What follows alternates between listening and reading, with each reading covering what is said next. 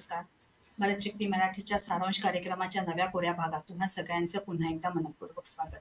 आजच्या भागापासून आपण भारताचे अशांत शेजारी या नावाने एक छोटीशी सिरीज सुरू करत आहोत. या सिरीजमध्ये अर्थातच आपल्या आजूबाजूच्या असणाऱ्या देशांमध्ये असणारी परिस्थिती आणि त्याचा भारतावरती होणाऱ्या संबंधांवरचा परिणाम याबद्दल अर्थात मार्गदर्शन करून घेणार आहोत. आणि यासाठी आपल्यामध्ये उपस्थित आहेत ब्रिगेडियर हेमंत महाजन सर. सरांचा अगदी थोडक्यात परिचय मी करून देते. तो म्हणजे निवृत्तीनंतरच्या काळामध्ये सरांनी मराठी आणि इंग्रजी भाषेमध्ये संरक्षण विषयक अनेक विषयांवरती लेखन केलेलं आहे. याशिवाय अनेक ब्लॉग्स आणि त्याचबरोबर युट्यूब चॅनलवरती सुद्धा सर कार्यरत असतात. सरांची अतिशय विस्तृत परिचय आहे, पण हा परिचय आपण अर्थातच डिस्क्रिप्शन बॉक्समध्ये देतो आहोत. याचं सगळ्यात महत्त्वाचं कारण म्हणजे आजच्या या भागामध्ये चर्चा करण्यासाठी सरांबरोबर आपल्याला थोडासा जास्त वेळ मिळेल. सर, आजच्या कार्यक्रमात तुम्हाला तुमचं परत एकदा स्वागत करताना खूप खूप आनंद होतोय. नमस्कार. नमस्कार आणि जय. सर, मागच्या आठवड्यामध्ये भारताने आपला 78वा स्वातंत्र्य दिन साजरा केलेला आहे, पण त्याचबरोबरीने भारताच्या आजूबाजूला असणाऱ्या काही देशांमध्ये किंवा ज्यांचे आपण सख्खे शेजारी आहोत अशा काही देशांमध्ये परिस्थिती थोडीशी बिघडलेली आपल्याला बघायला मिळते. आणि त्यातला सगळ्यात पहिला नंबरचा देश आहे तो म्हणजे बांगलादेश. गेल्या काही वर्षांमध्ये असणारी तिथली स्थिर सरकारचा विचार करता किंवा लोकशाहीचा विचार करता बांगलादेश हा भारताच्या दृष्टीने एक छोटा म्हणजे भले तो छोटा देश असला तरी अतिशय जवळचा मित्र किंवा एक सहकारी म्हणून भारत त्याच्याकडे बघत होता. गेल्या काही महिन्यांपासून मात्र ही परिस्थिती बदलली आणि 5 ऑगस्ट पासून मात्र ही परिस्थिती अतिशय बदलून पूर्णपणे विरुद्ध दिशेने गेल्याचं आपल्याला बघायला मिळतंय. तर यामागची नेमकी कारणं काय होती असं तुम्हाला वाटतं? याबद्दल मार्गदर्शन करा. असं आहे की आपण आता 78वा इंडिपेंडन्स डे हा साजरा केला आणि आपण जर गेले 78 वर्ष 77 वर्ष बघत असो तर आपल्याला असं दिसतं की भारतासमोर जी सुरक्षेची आव्हानं होती ती वेगाने बदली होत आहेत. युद्धकला, युद्ध पद्धती, शत्रूंची तुमच्यावरती हल्ला करण्याची पद्धती ही बदली होत आहे. मी थोडक्यात तुम्हाला सांगण्याचा प्रयत्न करीन की आपण जर समजा 1971 म्हणजे 47 पासून तर 71चा कालखंड घेतला तर आपल्याला असं दिसतं की या कालखंडामध्ये भारताची 4 मोठी पारंपरिक युद्ध झाली. 1947चं युद्ध पाकिस्तानशी जे जवळजवळ 1 वर्ष चाललं, काश्मीर भारतामध्ये आलं. त्यानंतर 1962चं युद्ध हे खरं युद्ध आपलं पॉलिटिकल नेतृत्व मनामध्ये हरलं होतं. भारतीय सैन्य नाही, कारण ते युद्धामध्ये फक्त 10% भारतीय सैन्याने युद्धात भाग घेतला. 90% सैन्याने भाग घेतलाच नाही या युद्धामध्ये. 1965चं युद्ध जे 3 आठवडे चाललं युद्ध म्हणून, परंतु त्याच्या आधी ऑपरेशन जिब्राल्टर हे जवळजवळ 3 महिने सुरू होतं, म्हणजे दहशतवाद किंवा घुसखोरी वगैरे. तर ते आपण जिंकलं. 1971चं युद्ध आपण जिंकलं. ही सगळी पारंपरिक युद्ध होती, म्हणजे आर्मी विरुद्ध आर्मी, एअरफोर्स विरुद्ध एअरफोर्स, नेव्ही विरुद्ध नेव्ही, आणि ही सीमेवरती झालेली युद्ध होती. देशाच्या आत त्याचा काही परिणाम फारसा झाला नाही. थोडक्यात सांगायचं म्हणजे 71चं युद्ध हरल्यानंतर पाकिस्तानला कळालं की भारताशी पारंपरिक युद्ध जिंकून काश्मीरला भारतापासून वेगळं करणं हे इम्पॉसिबल झालं आहे. म्हणून त्यांनी एक अपारंपरिक युद्ध सुरू केलं. त्याला 2 मोठ्या नावांनी म्हटलं जातं. एक तर त्याचं नाव आहे ऑपरेशन टोपॅज किंवा ऑपरेशन टोपॅक, किंवा दुसरं ऑपरेशन काराकोरम. तर आपण ऑपरेशन काराकोरम हे नाव घेऊया. आणि ऑपरेशन काराकोरमचे 3 भाग होते, K1, K2 आणि K3. ऑपरेशन काराकोरम मध्ये वेगळं काय होतं? या युद्धामध्ये पाकिस्ताननी भारताच्या वेगवेगळ्या भागामध्ये दहशतवादी आणि त्यांचे समर्थक घुसवून दहशतवादी हल्ले, दहशतवाद हा सुरू केला. आणि याचा सर्वात पहिला प्रॉंग होता K1 म्हणजे खालिस्तानी दहशतवाद. 80च्या 90च्या दशकामध्ये चालला. तिथे नंतर भारतीय सैन्याने खूप चांगलं काम केलं आणि 90 पर्यंत आपण खालिस्तानी दहशतवादाचं कंबरड मोडलं. आज त्याची परिस्थिती कशी आहे हा एक वेगळा विषय आहे, आपण नंतर कधी बोलू शकतो. दुसरं जे होतं ते म्हणजे प्रॉक्सी वॉर इन जम्मू आणि काश्मीर किंवा काश्मीरमध्ये सुरू झालेला दहशतवाद. 1980 पर्यंत 84 पर्यंत सरकारला वाटलं की अर्धसैनिक दलं आणि पोलीस त्याचा मुकाबला करू शकतील, परंतु ते शक्य झालं नाही. आणि 84 पासून भारतीय सैन्याला इथे तैनात करण्यात आलं 2 वेगवेगळ्या कामांवरती. एक तर अँटी इन्फिल्ट्रेशन ऑपरेशन, म्हणजे LOC वरून भारतामध्ये जी दहशतवाद्यांची घुसखोरी होती ती थांबवणं, आणि दुसरं अँटी टेररिस्ट ऑपरेशन्स हिंटरलँडमध्ये, की ज्या दहशतवाद्यांना आत जाण्यामध्ये यश मिळतं त्यांना तिथे आत मारणं. तर हे ऑपरेशन चालू आहे आणि सध्या त्याचं कंबरडं हे जवळजवळ मोडण्यात आलेलं आहे. परंतु पुन्हा एकदा पाकिस्तान त्याला पुनर्जीवित करण्याचा प्रयत्न करतो आहे. पुंछ, राजौरी, जम्मू, उधमपूर या भागामध्ये त्याच्याविषयी आपण वेगळं बोलू शकतो. परंतु दहशतवादाचं कंबरडं नक्कीच मोडलेलं आहे आणि कालच जाहीर झालं आहे की आता इलेक्शन्स होणार आहेत सप्टेंबर आणि ऑक्टोबरच्या महिन्यामध्ये आणि 4 ऑक्टोबरला इलेक्टेड गव्हर्नमेंट हे काश्मीरमध्ये येईल. ही एक फार चांगली बातमी आहे. खालीच K2 नंतर होतं K3. K3 म्हणजे दहशतवाद भारताच्या बाकी भागामध्ये आणि पहिले दहशतवाद फक्त ईशान्य भारत किंवा काश्मीर पुरता मर्यादित होता. नंतर त्याला भारतामध्ये पसरवण्याचा प्रयत्न झाला आणि त्याचा पहिला मान जर हा शब्द करेक्ट असेल तर हा महाराष्ट्राला मिळाला. 1993 मध्ये पहिले बॉम्ब ब्लास्ट झाले मुंबईमध्ये. 13 बॉम्ब ब्लास्ट. आपल्याला कल्पना असेल की श्रीवर्धन किंवा श्रीवर्धनच्या किनारपट्टीवरती कोकणावरती दाऊद इब्राहिम त्याच्या साथीदारांनी बॉम्बचं साहित्य तिथे उतरवलं. तिथून त्यांना काही भ्रष्ट पोलीस कर्मचारी आणि एक्साईज डिपार्टमेंटचे लोक त्यांना घेऊन ते मुंबईमध्ये आले. त्यात मुंबईमध्ये 93 ब्लास्ट झाले आणि त्यानंतर 93 पासून जी बॉम्ब ब्लास्टची मालिका सुरू झाली, कधी मुंबईमध्ये, कधी पुण्यात, कधी दिल्लीमध्ये, कधी वाराणसीमध्ये, कधी कलकत्त्यामध्ये, ती चालूच राहिली 2014-15 पर्यंत. 2015-14 मध्ये एक नवीन सरकार आलं की जे जास्त आक्रमक होतं सुरक्षेच्या बाबतीमध्ये, श्री नरेंद्र मोदी यांचं सरकार.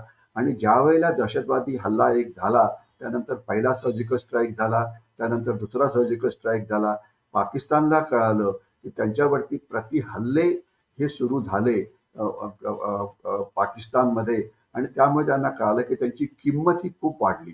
तर त्याच्यानंतर पाकिस्ताननी जो दहशतवाद बाकी ठिकाणी बाकीच्या भारतात आहे तो जवळजवळ आता थांबवलेला आहे आणि त्याचं स्वरूप आता थोडंसं वेगळं झालेलं आहे की पंजाबमध्ये जो दहशतवाद आहे तो नॅर्को टेररिझम किंवा अफगाणच्या चरसचा दहशतवाद आहे.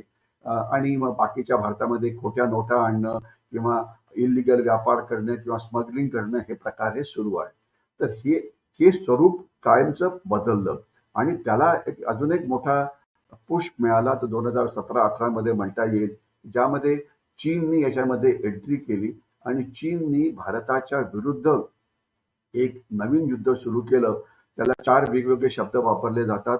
एक तर याला ग्रे झोन वॉरफेअर असं म्हटलं जातं किंवा दुसरं याला अनरिस्ट्रिक्टेड वॉरफेअर असं म्हटलं जातं किंवा याला हायब्रिड वॉरफेअर असं म्हटलं जातं. पण मला वाटतं सर्वात चांगला शब्द होईल मल्टी डोमेन वॉरफेअर. म्हणजे प्रत्येक वेगवेगळ्या पद्धतीने चीनने भारताच्या विरुद्ध युद्ध करायला सुरुवात केली आणि या युद्धाचा मुख्य उद्देश होता की भारताची जी आर्थिक प्रगती आहे ती थांबवायची, ज्याच्यामुळे भारत चीनला एक प्रतिस्पर्धी म्हणून एशियामध्ये त्याचा उदय होणार नाही. हे वॉर सुरू आहे. हा कसं चाललं हा एक आपला वेगळाच विषय होऊ शकतो. परंतु जो तुमचा स्टार्टिंग पॉइंट होता बांगलादेश, तर याच्यामध्ये मल्टी डोमेन वॉरफेअर मध्ये चीन भारताच्या शेजारी राष्ट्रांमध्ये घुसखोरी करून त्यांना जास्त आर्थिक मदत देऊन तिथे त्यांना सोयीची असलेली सरकार आणून भारताच्या विरुद्ध तिथे अराजकता माजवण्याचा प्रयत्न करतोय. भारताच्या विरोधात तिथे गडबड करण्याचा प्रयत्न करतो आहे. कारण जर आपल्या शेजारी राष्ट्रामध्येच जर भारताला सपोर्ट नसेल तर अर्थातच भारताची सुरक्षा ही अतिशय धोक्यामध्ये येईल. कारण या राष्ट्रांच्या बरोबर आपली 15,500 किलोमीटरची जमिनी सीमा आहे आणि 7,600 किलोमीटरची समुद्री सीमा आहे. जर आपण आपल्या सीमा सुरक्षित ठेवू शकलो नाही तर आपल्याला मोठा त्रास होणार आहे. आणि काय होत आहे, या शेजारच्या राष्ट्रामधून स्मगलिंग होत आहे, तिथून अफगाणच्या चरस येतो आहे, बांगलादेशी घुसखोरी होते आहे, इलिगल व्यापार हा होतो आहे आणि त्याचा मुकाबला आपण कसा करू शकतो हा एक वेगळा विषय होईल. परंतु बांगलादेशकडे पुन्हा एकदा बघायचं म्हटलं तर बांगलादेशमध्ये आता सरकारच बदली करण्यात आलं. चेंज करणं, सरकार बदली करून असं सरकार आणणं की जे आपल्या बाजूनी आहे. हा चीनचा एक अतिशय मोठा उद्योगधंदा आहे किंवा मोठं युद्ध लढण्याची त्यांची ही पद्धत आहे. आणि अशा प्रकारच्या रिजिम चेंजेस म्हणजे सरकार बदली करणं असं समजू नका की केवळ हे चीन भारताच्या शेजारी राष्ट्रामध्ये करतो आहे. चीननी हाच प्रकार अमेरिकेमध्ये करण्याचा प्रयत्न केला असं डोनाल्ड ट्रम्प स्वतः म्हणत आहेत चीननी अशा प्रकारे रिजिम चेंज करण्याचा प्रयत्न केला, असे पूर्व पंतप्रधान आपल्या युनायटेड किंगडमचे किंवा इंग्लंडचे ऋषी सुनाक म्हणतायत. फ्रान्सचे जे राष्ट्रपती आहेत मॅक्रॉन, ते पण म्हणतायत की चीनी निवडणुकीमध्ये ढवळाढवळ करतो आणि अशा लोकांना मदत करतो ज्यांची धोरणं, ज्यांचं सगळं हे चीनच्या बाजूनी आहे. नेमकं चीननी हे करायचा प्रयत्न केला बांगलादेशमध्ये, ज्यामध्ये त्यांना अर्थातच मदत झाली पाकिस्तान करून, कारण पाकिस्तान त्यांचा प्रचंड मोठा मित्र आहे. त्यांची गुप्तहेर संस्था ISI आणि याच्याशिवाय तिथे असलेले रॅडिकल ग्रुप्स, त्याच्यामध्ये जमाते इस्लामी हा प्रचंड मोठा ग्रुप आहे आणि ज्यांचा बांगलादेशमध्ये प्रचार करण्यामध्ये किंवा रिजिम चेंज करण्यामध्ये मोठा हात आहे.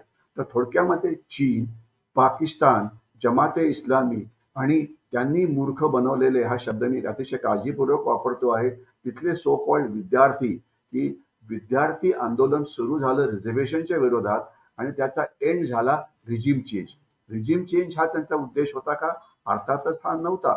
त्यांना फक्त रिझर्वेशनच करायचं होतं. आणि खरं म्हटलं तर रिझर्वेशन मध्येच हसीनानी म्हटलं होतं की अरे याला मी काय करू शकते, हे डिसिजन हायकोर्टनी दिलेलं आहे. इलेक्टेड सरकार हायकोर्टच्या निर्णयाला कुठला कायदा आणून थांबवू शकतं का? तर त्यांनी म्हटलं होतं की तुम्ही सुप्रीम कोर्टमध्ये जा, सुप्रीम कोर्टकडनं निर्णय घ्या, तुम्ही मला कशाला ब्लेम देत आहात. परंतु रिझर्वेशन हे एक निमित्त होतं. जे शत्रू होते बांगलादेशची, मी त्या तिघांची नावं घेतली आणि चौथा शत्रू आपण त्यामध्ये अमेरिका सुद्धा पुष्कळ हातात घालू शकतो, की अमेरिकेला तिथे असलेलं एक आयलंड आहे, ते अमेरिकेला तिथे पाहिजे होतं, कारण त्यांना तिथे आपला एक बेस बनवायचा होता आणि चीनच्या विरोधात त्यांना काही ऑपरेशन तिथनं करायची होती, ज्याकरता हसीनानी नाही म्हटलं. तर म्हणजे हे सगळे, तसं म्हटलं तर चीन आणि अमेरिका एकमेकाचे नंबर 1 शत्रू आहेत. परंतु जिथे त्यांना सोयीस्कर पडलं तिथे त्यांनी रिजिम चेंजमध्ये एकमेकाला मदत केली आणि तिथे सरकार हे बदली झालेलं आहे. त्याच्याविषयी आपण खूप विश्लेषण केलेलं आहे. परंतु मला वाटतं आता सध्या जो प्रश्न तुमच्या समोर किंवा भारतासमोर आहे तो म्हणजे सध्याची परिस्थिती काय आहे आणि त्याच्याहून जास्त महत्वाचं की येणाऱ्या काळामध्ये बांगलादेशमध्ये काय होईल. अनुराधा.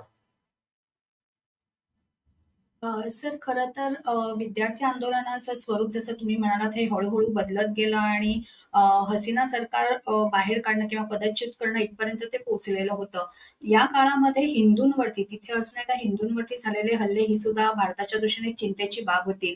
आताच्या सरकारमधले जे काजीबाहू सरकार आहे किंवा हंगामी सरकार आहे, या सरकारचे जे प्रमुख सल्लागार आहेत मोहम्मद युनूस यांनी मग नंतरच्या काळामध्ये शपथविधी झाल्यानंतर खास करून मंदिरांना भेटी दिलेल्या आहेत. त्यांच्या या भेटीमुळे पुढे काही हिंदूंवरचे हल्ले कमी होणं किंवा त्यांना कुठेतरी प्रोटेक्शन मिळण्याच्या दृष्टीने तयारी होणं कितपत संभव आहे असं तुम्हाला वाटतं? असं आहे की भारताने युनूसवरती प्रचंड दबाव टाकलेला आहे आणि असं म्हटलं जातं की आपले पंतप्रधान युनूस यांच्याशी बोललेले आहेत. आपण आपले म्हणजे भारतीय सैन्य किंवा इतर जे मोठे लोक आहेत त्यांनी बांगलादेश सैन्याशी बातचीत केलेली आहे आणि त्यांना सरळ आणि साफ इशारा हा दिलेला आहे की जे अत्याचार हिंदूंवरती होत आहेत ते तुम्ही थांबवायलाच पाहिजे. केवळ नुसती भाषणं देऊन आणि नुसते फोटोग्राफ ऑपरेशन करून, म्हणजे मध्ये फोटो आले होते की काही विद्यार्थी हे एका टेम्पलचं मंदिराचं रक्षण करतायत.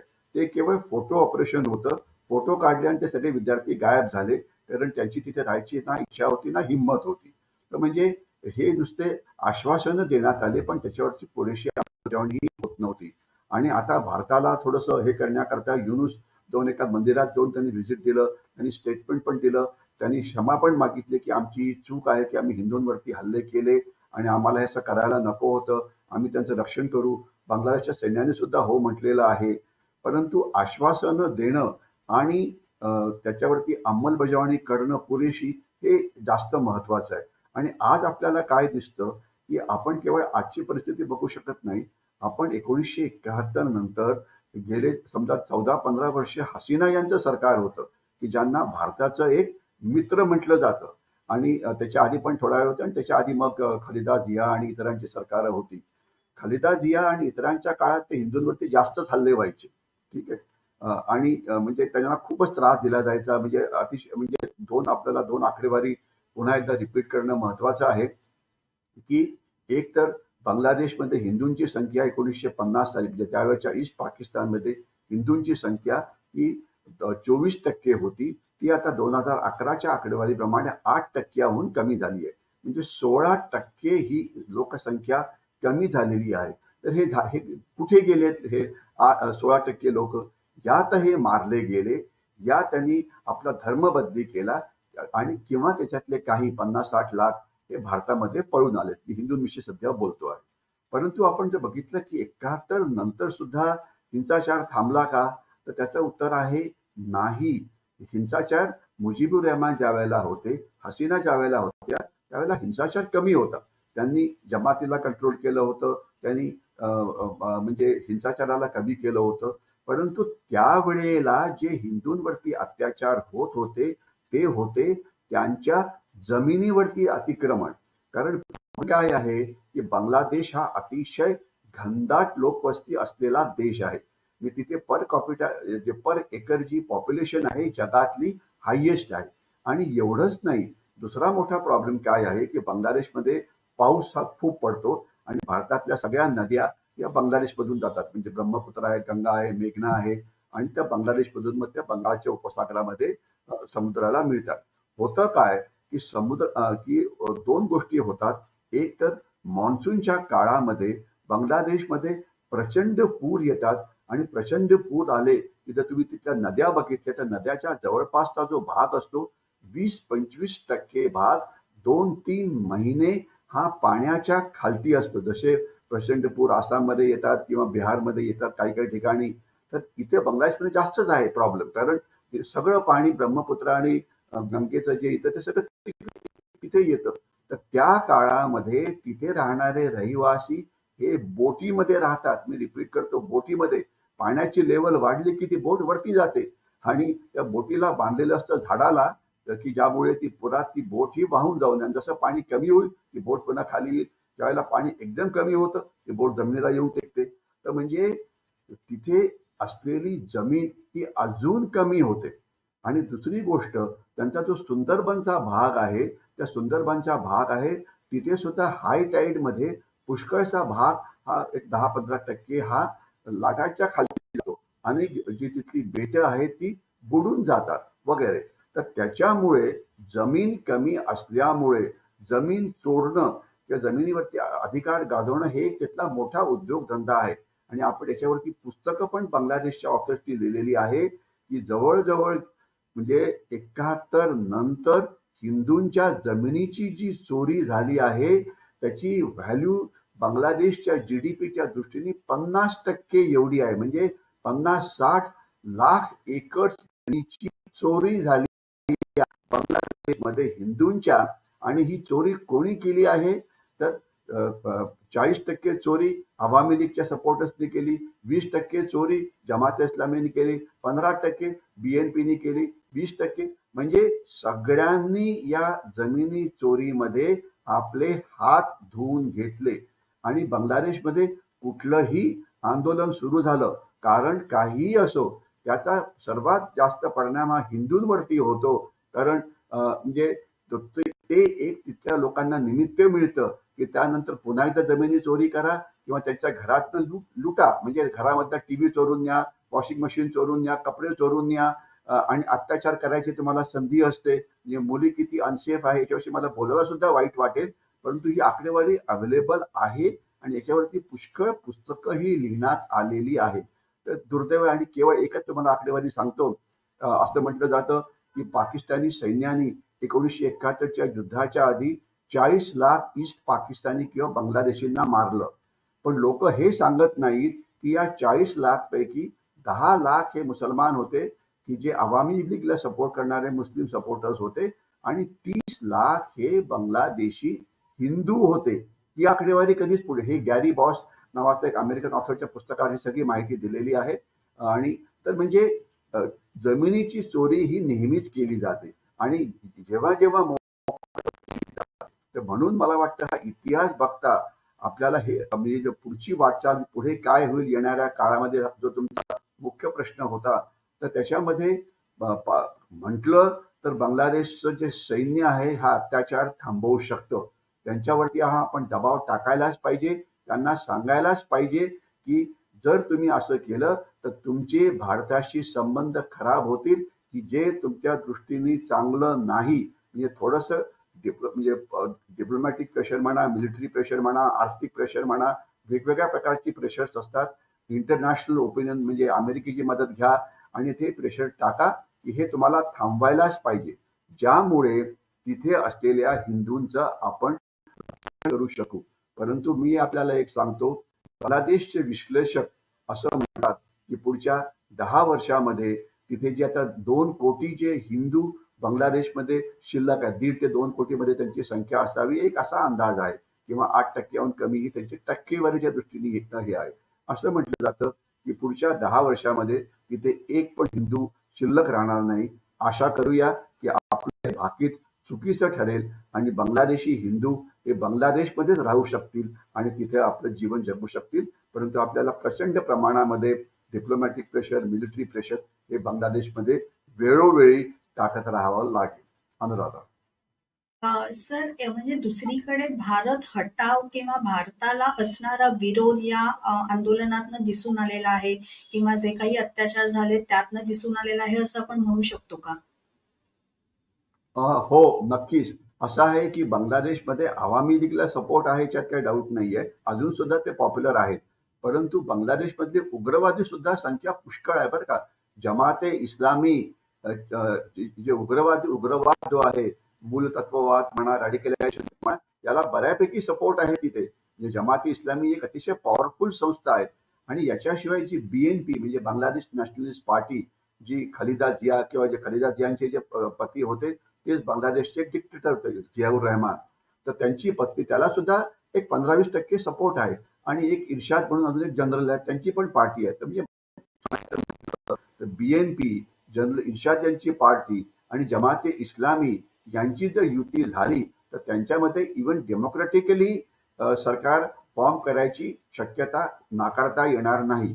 अर्थात कारण हे सगळे लोक अवामी लीगच्या विरोधामध्ये एकत्रच होणार आहे. तर आता नेमकं बांगलादेशी वोटर्स काय ठरवतील हे येणारा काळ सांगेल. परंतु हे तिन्ही पक्ष जे भारताच्या 100% विरोधात आहेत हे एकत्र येतील.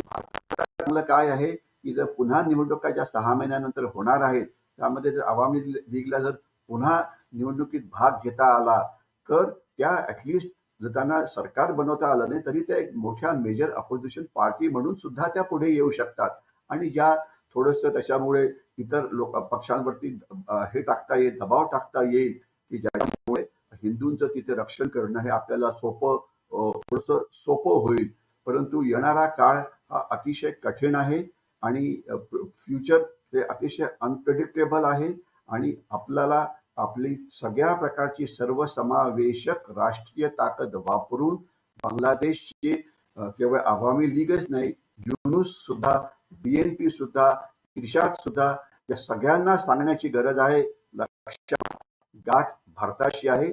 तुम्ही कोणीही कोण जिंकेल कोण हरेल हे ठरवतील बांगलादेशचे नागरिक. परंतु एवढं मात्र नक्की की तुम्हाला हिंदूंची रक्षा ही करावीच लागेल. ती केली नाही तर म्हणायला नको पण गाठ भारताशी आहे हे आपल्याला थोड्याशा जास्त डिप्लोमॅटिक लँग्वेज त्यांना सांगावंच लागेल आणि या प्रत्येक पक्षावरती दबाव टाकायला पाहिजे. खास तर जमाते इस्लामीमध्ये मी एक थोडंसं इथे विषयांतर करतो. असं म्हटलं जातं की जमाते इस्लामी ज्यांना गडबड करायची आहे बांगलादेशमध्ये, या जमाते इस्लामीचे अनेक सपोर्टर्स भारताच्या पश्चिम बंगालमध्ये आहेत आणि असं पण म्हणलं जातं की त्यांनी तिथे मोठ्या प्रमाणामध्ये शस्त्रांचा साठा केलेला आहे. मग ते बॉम्ब्स असो की जे शस्त्र त्यांना काय लागतात तर बेसिकली बॉम्ब ब्लास्ट करण्याकरता बॉम्ब्स लागतात म्हणजे स्फोटक पदार्थ लागतात. तर ते सुद्धा जमाते इस्लामीच्या विरुद्ध आपण भारताच्या पश्चिम बंगालमध्ये सुद्धा मोठी कारवाई करायला पाहिजे. परंतु ममता बॅनर्जी असताना हे कसं शक्य होईल याचं उत्तर माझ्याकडे नाही. अनुराधा. सर म्हणजे बांगलादेशच्या बरोबरीनेच अजून एक आपला अशांत शेजारी आहे आणि अगदी सख्खा शेजारी आहे तो म्हणजे पाकिस्तान. आपल्याच बरोबरीने पाकिस्तानने सुद्धा आपला स्वातंत्र्य दिन एक दिवस आधी साजरा केला होता. पण खरोखरच स्वातंत्र्य या शब्दाचा अर्थ पाकिस्तानमध्ये आहे असं तुम्हाला वाटतं? स्वातंत्र्याचा नेमका अर्थ काय? आपण जर पाकिस्तानचा गेल्या 77 वर्षाचा इतिहास बघितला तर आपल्याला दिसतं, की अर्ध्याहून जास्त वेळ तिथे सैनिकी शासन होतं आणि बाकीच्या वेळेला ज्यावेळेला तिथे पॉलिटिकल पार्टीज होत्या, तिथे 2 मोठ्या पॉलिटिकल पार्टीज पहिले होत्या. एक तर PML म्हणजे पाकिस्तानी मुस्लिम लीग, जी नवाज शरीफ यांची पार्टी आहे, जी सध्या राज्य करते आहे आणि दुसरी भुत्तो किंवा झरदारी यांची पार्टी. तर या दोघांनी आलटून पालटून राज्य केलेलं आहे. कधी बेनजीर भुट्टो राज्य करत होत्या, तर कधी नवाज शरीफ हे राज्य करत होते आणि त्याच्यामध्ये मागच्या 5 वर्षामध्ये अजून एक तिसरी म्हणजे मोठी पार्टी ऍड झाली, ती म्हणजे इम्रान खानची तेहरेके हे पार्टी त्यात ऍड झाली आणि असं मानलं जात होतं की या दोन्ही मोठ्या पार्टीपेक्षा इम्रान खान हे जास्त पॉप्युलर होते. विविध कारणामुळे क्रिकेटर होते, त्यांची प्रतिमा ही स्वच्छ राजकारण्याची होती, त्यांनी करप्शनवरती थोडाफार हल्ला करण्याचा प्रयत्न केला, परंतु त्यांना गव्हर्नन्स नावाचा प्रकार काही फारसा येत नव्हता आणि सैन्याने त्यांना पुढे अशा करता आणलं होतं की त्यांना वाटलं की या 3 पार्टीजपैकी इम्रान खान यांना सर्वात कमी सपोर्ट असल्यामुळे ते सैन्याचं सगळं वेळ अशी आली की इम्रान खानने सैन्याच्या विरोधात कारवाई करायला सुरुवात केली आणि ज्यामुळे सैन्याला राग आला आणि मग नंतर इम्रान खानला कसं अरेस्ट झालं, ते तुरुंगात कशी आहे, हा सगळा इतिहास आहे. तर आज पाकिस्तानमध्ये लोकशाही नावाचा प्रकारच नाही, हे याच्यात काही डाऊट नाहीये. सगळे श्रीमंत पाकिस्तानी जे आहेत ते दुबई किंवा मिडल ईस्टकडे पळून जात आहेत. आपण एका सामान्य पाकिस्तानीच्या दृष्टीने महत्वाचं असतं तिथली आर्थिक परिस्थिती किंवा तिथे राहण्याचं जीवनमान. तर आज पाकिस्तानमध्ये महागाई एवढी प्रचंड वाढलेली आहे. जर मला आकडेवारी माहिती असेल तर आज भारतामध्ये समजा पेट्रोल आपण एक 100 रुपये लिटरला आपलं पेट्रोल मिळतं, एक्झॅक्ट आपलं थोडं प्लस मायनस मागे पुढे होऊ शकतं. पाकिस्तानमध्ये याची किंमत तिप्पट आहे, म्हणजे 3 टाइम्स पेट्रोलची किंमत, डिझेलची किंमत, गॅसची किंमत. तर म्हणजे ट्रान्सपोर्टेशन सेक्टर एक भाग झाला आणि हे केव्हा होतं आहे की ज्या वेळेला सगळे हे अरब राष्ट्र त्यांना पेट्रोल सबसिडाईज करून देत आहेत, तरी पण त्यांची किंमत भारतापेक्षा फक्त अन्नधान्य याचा प्रश्न आहे. महागाई एवढी वाढलेली आहे की एका सामान्य माणसाला तिथे जीवन म्हणजे जगणं हे अतिशय कठीण झालेलं आहे. म्हणजे आर्थिक परिस्थितीमध्ये प्रचंड त्यांना प्रॉब्लेम्स आहेत. याच्या हात त्यांची आर्थिक परिस्थिती कशी आहे हा एक वेगळाच विषय होऊ शकतो आणि त्याच्यामध्ये तुम्हाला मी एकच सांगेन की त्यांना त्यांची म्हणजे स्वतःचं बजेट सांभाळता येत नाहीये, म्हणून त्यांनी IMF म्हणजे इंटरनॅशनल मॉनिटरी फंड कडनं कर्ज घेतलेलं आहे आणि हे कर्ज कशाकरता घेतलं जातं, तर हे कर्ज स्ट्रक्चरल चेंज करता असतं की ज्यानंतर तुम्ही एकदा कर्ज घेतल्यानंतर तुम्ही पुढे नंतर स्वावलंबी बनू शकता. पण पाकिस्तानचा जो प्रयत्न चाललेला हे जे आताच कर्ज जे आहे ते मागचं कर्ज फेडण्याकरता, म्हणजे कर्ज फेडण्याकरता नसतं, कारण त्याच्यावरती व्याज लागतं वगैरे. आजचा पाकिस्तानची आर्थिक व्यवस्था हा आजचा आपला विषय नाहीये, परंतु त्यांची आर्थिक व्यवस्था अत्यंत बिकट आहे आणि त्यांना ना चीन मदत करतो आहे, ना मुस्लिम राष्ट्र मदत करत आहे आणि त्यांची हालत फारच खराब आहे. आणि तिसरा महत्वाचा मुद्दा, आर्थिक हालत खराब आहे, सरकार नाही, काही स्वातंत्र्य नाही. तिसरी महत्वाची, तिथे हिंसाचार हा प्रचंड वाढलेला आहे.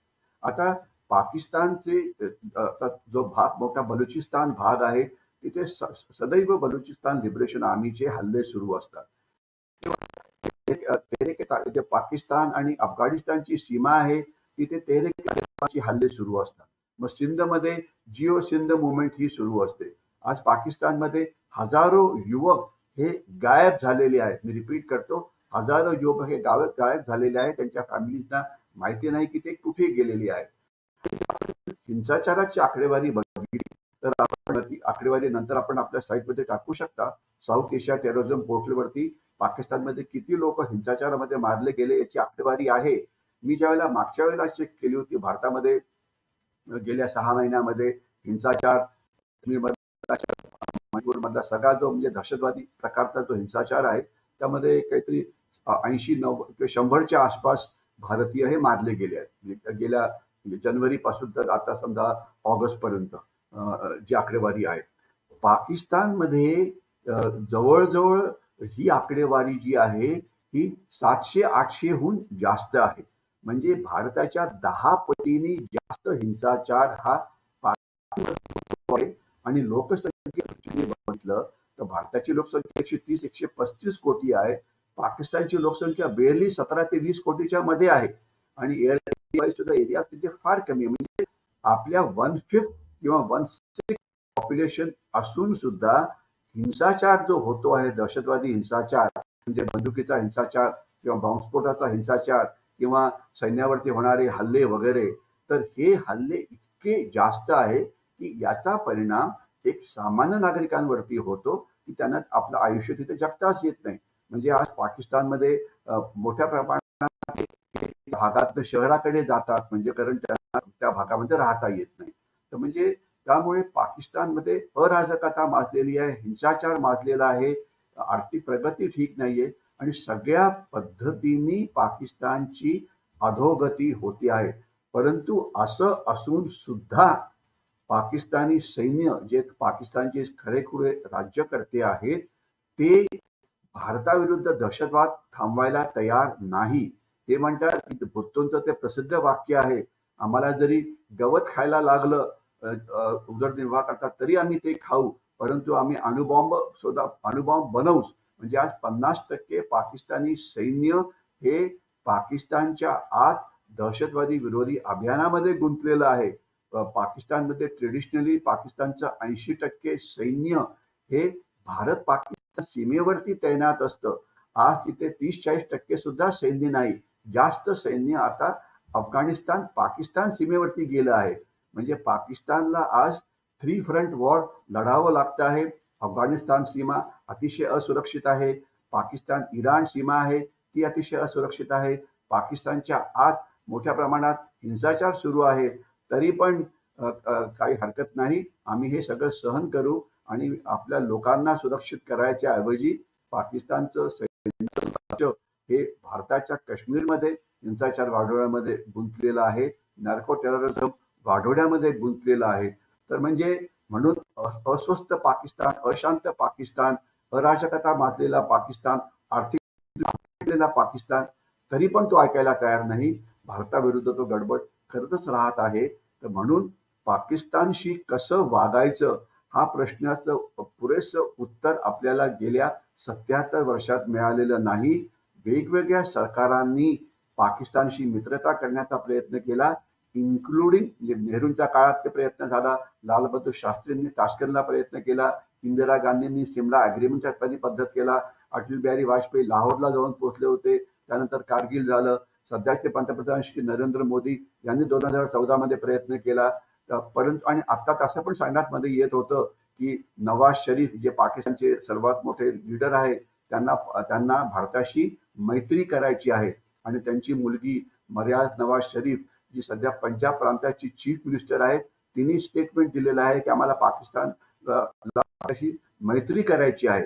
त्यांना मैत्री करायची म्हणजे तिथल्या रुलिंग पार्टीला, परंतु पाकिस्तानी सैन्य ते मैत्री करू देत नाही.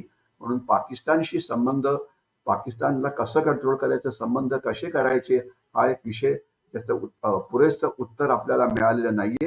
परंतु एक असं उत्तर मानलं जातं की जे तुम्हाला मी आज सांगतो की जर पाकिस्तानचे जसे आपण 2 तुकडे केले 71 साली तसे 3 किंवा 4 तुकडे येणाऱ्या काळामध्ये करायला पाहिजे, ज्यामुळे बलुचिस्तान हा एक वेगळा देश होईल, जो आपला सिंध आहे हा वेगळा देश होईल, जो अफगाणिस्तानच्या सीमेला लागलेला जो नॉर्थ वेस्ट फ्रंटियर जो खैबर पख्तूनख्वा आहे हा पाकिस्तानमध्ये सामील होईल आणि जो पाकिस्तानी ऑक्युपाईड काश्मीर आहे हा भारताच्या काश्मीरमध्ये सामील होईल. असं काही झालं तरच पाकिस्तानची गडबड करण्याची जी क्षमता आहे, हिंसाचार वाढवण्याची जी क्षमता आहे ही कमी होईल. परंतु ही पाकिस्तान विरोधातली लढाई पुष्कळ काळ चालणार. पाकिस्तान एकटा नाही, पाकिस्तानला मदत आहे चीनची आणि कारण चीनला भारताची प्रगती होऊ द्यायची नाही, म्हणून पाकिस्तान एक प्रॉक्सी म्हणून चीन वापरतो आहे भारताविरुद्ध. तर त्यामुळे येणाऱ्या काळामध्ये पाकिस्तानच्या हिंसाचाराला तोंड देण्याकरता आपल्याला डिफेन्सिव्ह ऑपरेशन करायचे आहेत, ते करावेच लागतील. मग तो सर्जिकल स्ट्राईक नंबर 3 असो, मग आर्टिलरी फायरिंग असो की मिसाईल असो की तोफखान्याच्या मदतीने हल्ला असो एअरफोर्सच्या मदतीने हल्ला असो की नेव्हीला चान्स देऊन पुन्हा सांगायचं की पुन्हा एकदा कराची बंदरावरती हल्ला करा, या प्रश्नाची म्हणजे विश्लेषण मला खात्री आहे की भारत सरकार करतं आहे आणि योग्य उपाययोजना येणाऱ्या काळामध्ये केली जाईल. परंतु पाकिस्तान आपल्याला त्याच्या पुढे अनेक वर्ष एक अतिशय मोठं आव्हान म्हणून राहणार आहे, याची आपल्याला काळजी असावी. कारण काही काही स्वप्नात की 370 कलम गेलं तर त्याच्यामुळे आता शांतता होईल.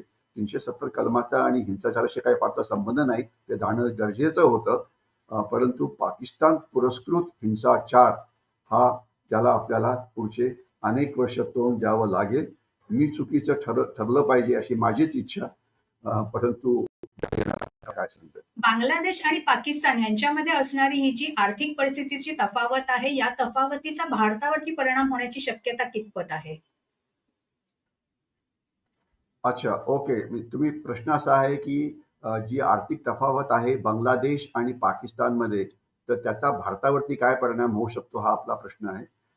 जर असं आहे खरं म्हटलं तर हसीनांनी एक फार मोठं काम केलं, ते म्हणजे त्यांनी बांगलादेशची जी अर्थव्यवस्था होती ती त्यांनी त्याला प्रचंड वेग दिला आणि बांगलादेशची म्हणजे मिडल लेवल जे कंट्रीज आहेत त्यामध्ये त्यांची ही फास्टेस्ट ग्रोईंग इकॉनॉमी आहे.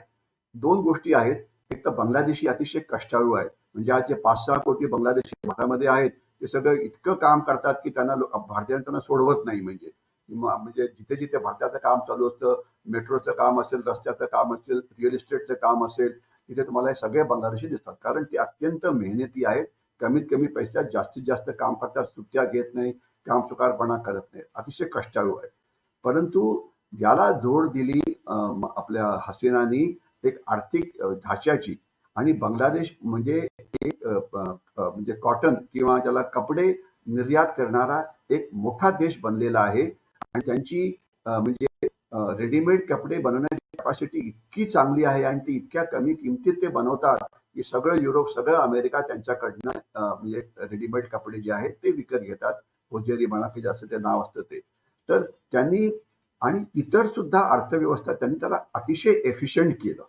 तर हे त्यांचं योगदान आहे आणि त्याच्यामुळे बांगलादेशनी वेगाने प्रगती करायला सुरुवात केली. हे त्यांचं प्रचंड मोठं योगदान आहे.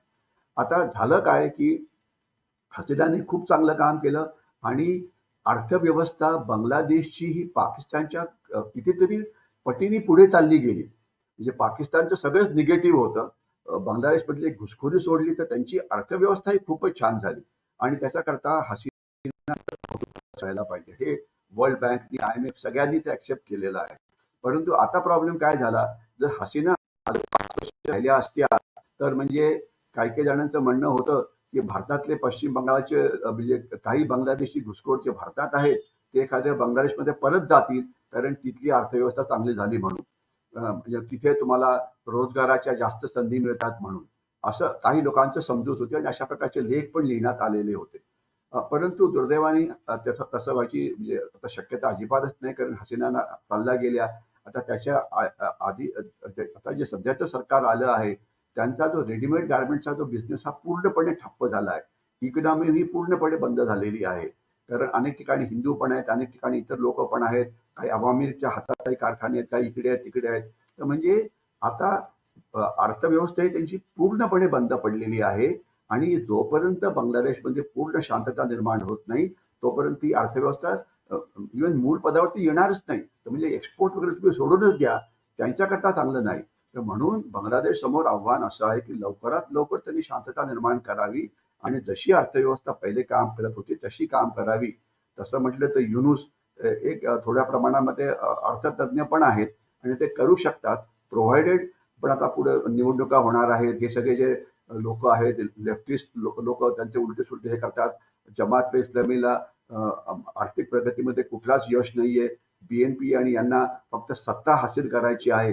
त्याच्यामुळे अर्थव्यवस्थेला नीट करणं हे कुठल्याही राजकीय पक्षाचं येणाऱ्या काळामध्ये धोरण असेल असं काही दिसत नाहीये. तर त्याच्यामुळे त्यांची अर्थव्यवस्था वेग तर थांबलाच आहे आता, परंतु तो येणाऱ्या काळामध्ये तो अजून बिकट होईल अनलेस पुन्हा एकदा हसीना जिंकल्या, पुन्हा एकदा पुन्हा बांगलादेशमध्ये परत आल्या आणि पुन्हा एकदा त्यांना आपली जी धोरणं आहेत ती वापर करण्याचा संधी मिळाली तर ते होऊ शकतं.